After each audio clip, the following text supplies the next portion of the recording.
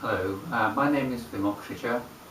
I'm a trustee of the Brighton Buddhist Centre, and I'm also on the fundraising group which tries to ensure the secure future and vitality of the centre by raising sufficient income. And this message, if you like, is part of an annual round of requests. And this one's related to making a standing order. And we usually try and combine this with Buddha Day, partly because it's a time when we can reflect on the great gift, the teachings of the Dharma that the Buddha gave us, that has, in a sense, shaped the teachings, the meditations, the feel, the friendliness of the centre. And a time maybe just to reflect on what that means to us and how we might like to support that. So that the message, or his message, can remain present in the world and also practiced by us in our own ways. So the centre last year was 40 years old, and one of the things that impressed me when people were talking about it at the gathering was the sheer effort and energy and graft, as one person put it, and the sort of financial and physical sacrifices that people made to, in a sense, the Brighton Buddhist Centre at the moment is the third generation of accommodation, if you like, and the largest in that 40 years. But during that time, people have made huge sacrifices in order to for us to arrive at a point where we have this magnificent building with so much potential to take the word of the Buddha, the Dharma, his teachings, out to the people of Brighton. Of course, at another level, we also support yoga classes and my MBCT courses and various other activities which have a link or an association with the Buddha and his teachings.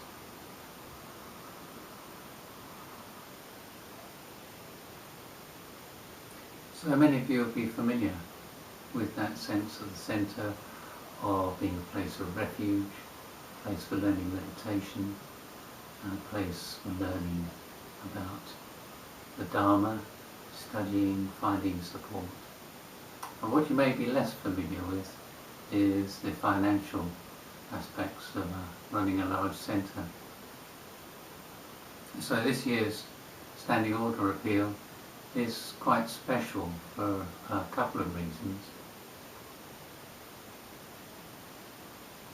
But just to say that at the moment it costs about £185,000 a year to keep the centre running, open and available in the way that it is at the moment. And that's in spite of all the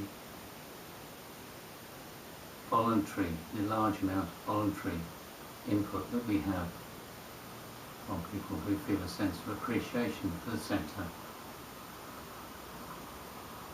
But in particular this year, for many years, Windhorse Evolution had a shop in Brighton, and we've been the happy beneficiary of quite substantial sums of money over the years. Unfortunately, the business closed this year due to poor trading, and we find ourselves something in the region of £10,000 to £15,000 a year less because of the, or in a shortfall because of Windhorse Evolution's closure. At the same time, we're also in a position with increasing numbers coming to the centre, facing pressures on the centre team to try and meet all those demands. So we're in the process of restructuring the way the centre team works and wanting to expand our staff to be able to meet these sort of needs, the extra interest, if you like, in the activities of the centre.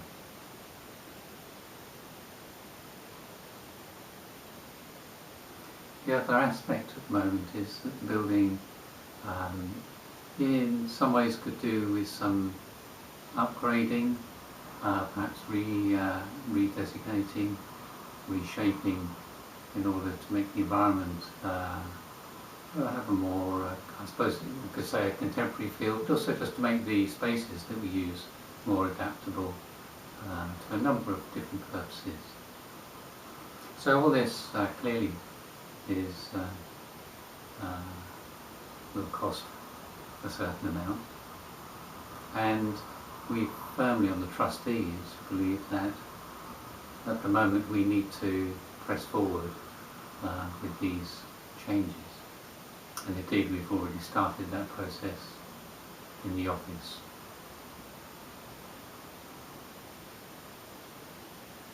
Now we do get a substantial amount of money from yoga in particular, and certain other courses and classes, drop-in meditation classes in particular. But they aren't sufficient of themselves to be able to keep the centre running. So we do rely on donations and in particular standing orders to be able to invigorate and reinvigorate the centre. Now we have no big backers funding us. That's never been part of the Triratna tradition. And partly that's been in the sense of wanting to maintain an element of autonomy. The other thing is that because a relatively small number of people are interested in Buddhism, we don't have the same appeal that a larger charity would. Wouldn't be able to draw on a wider group of people for sums of money. So we do need to go to those people who feel a very immediate connection with the centre to ask for support. So we rely very much on the generosity of everybody who comes to the centre, be a visitor or a friend, a mitra or an order member, somebody who attends some of the classes.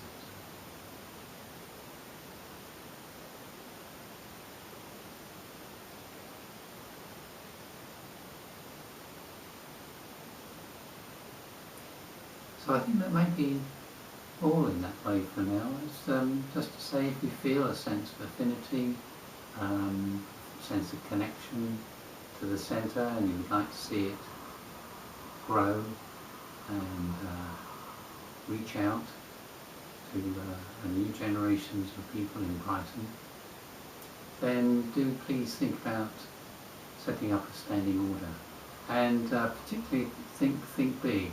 As I say, we don't have a large pool of people to draw on like other charities do, and we do really appreciate and value any standing order that could be made. The other thing I would say in finishing off is that due to the practicalities of time and location, I think in an ideal world we would have had other members, trustees here, or some members of the fundraising group. So in your imagination, if you like, you could imagine they're all behind me at the moment and are all waving in a very friendly manner, as befits a Brighton Buddhist centre, and hoping to see you soon, and hoping you feel able to make a financial contribution, plus whatever other contribution you make by being present in the world and present at the centre. Thank